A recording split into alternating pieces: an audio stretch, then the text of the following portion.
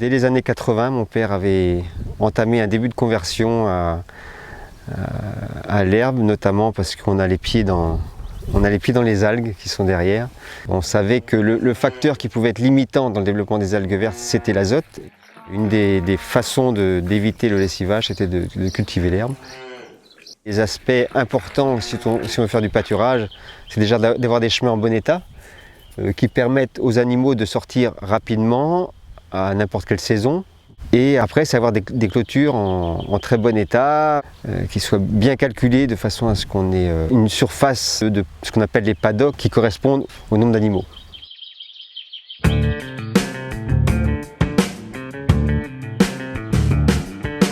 Âgés de 50 ans, nous avons entamé une réflexion sur le devenir de l'exploitation.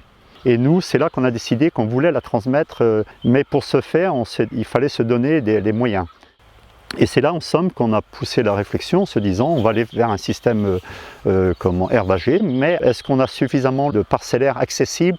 Et il s'avère qu'on n'avait pas le parcellaire accessible, mais on avait un potentiel. On a donc créé 2,5 km de chemin.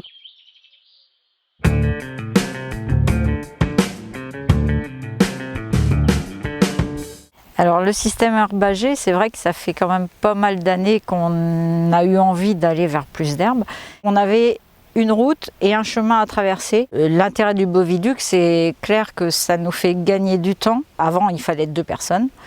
Et c'est vrai que donc moins de stress et les vaches, dès qu'elles sont traites, elles retournent dans le champ.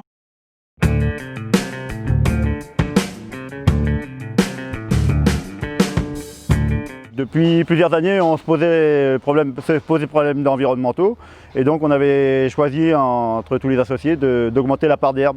Le souci sur l'exploitation, c'est que le troupeau s'est agrandi et les terres accessibles aux vaches elles sont restées les mêmes, donc on a décidé d'apporter l'herbe à l'auge.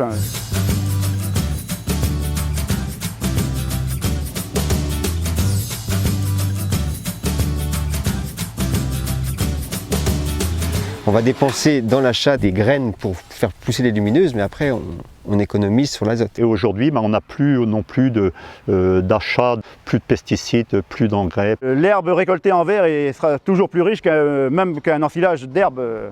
Voilà, donc au niveau de l'autonomie alimentaire, c'est toujours un plus. Ce que j'ai surtout remarqué, c'est l'impact que ça peut avoir sur la santé du troupeau. Pas de problème métabolique comme on pouvait connaître avec les maïs. Les animaux font une partie du travail, mais nous on a de l'entretien à faire. Il y a un peu de temps à y consacrer quand même. Quand tu commences à le faire, il faut le faire tous les jours. Voilà, donc ça rentre dans la ration, donc automatiquement il faut y consacrer à peu près 1 heure tous les jours, quoi.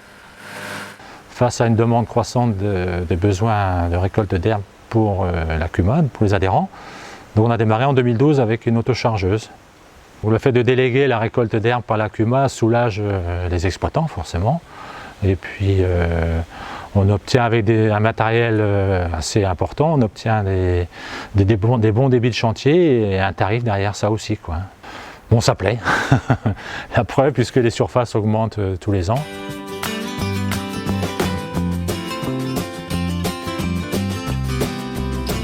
Au niveau économique, les résultats comptables de cette année prouvent que je pense qu'on a fait un choix qui était opportun, je pense. Ouais. La marge brute, en somme, de l'atelier lait qui a progressé très rapidement. Personnellement, c'est quelque chose qui me stimule tout le temps.